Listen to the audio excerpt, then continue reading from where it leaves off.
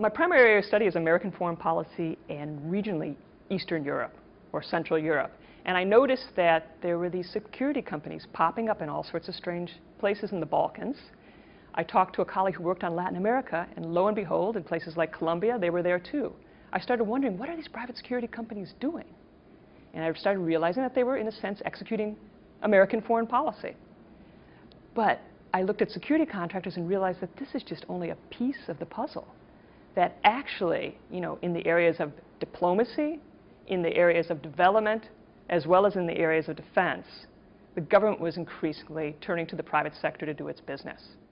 When I talk about the privatization of power, I mean it in two ways. One, I mean the government is outsourcing all these functions it used to take care of itself and having either private companies or NGOs execute the government's business.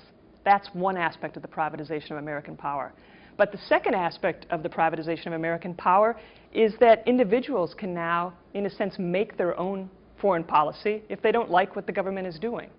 I think there are at least three negative, unintended consequences of unenlightened outsourcing. That is, outsourcing on the fly without thinking about the implications.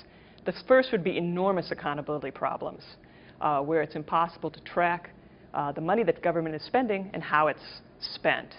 And of course, if there are accountability problems, that leads to a second problem, namely that we are in a crisis of fiscal irresponsibility. And the third unintended consequence, negative consequence of this unenlightened outsourcing is a lost sense of government purpose.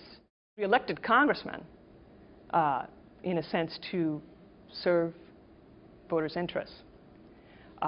But we can't vote out subcontractors.